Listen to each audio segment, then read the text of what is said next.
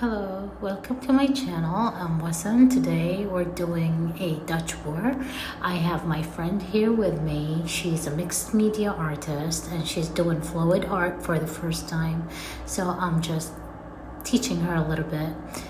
I'm going to be using speed multiplied by 5 because it was a very long process, but you've seen all these steps and I've also explained them fully to you in prior videos. So here we have our base, which is a split canvas, black and white.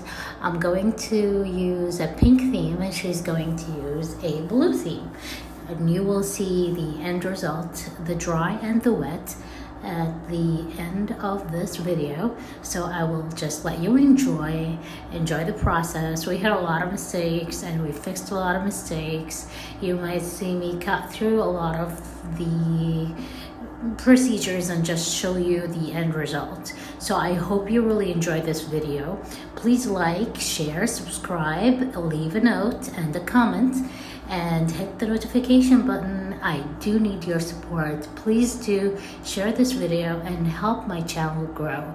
Thank you so much for watching. If you have any questions, leave it in the comment section and I'll get back to you as soon as possible. Thank you so much.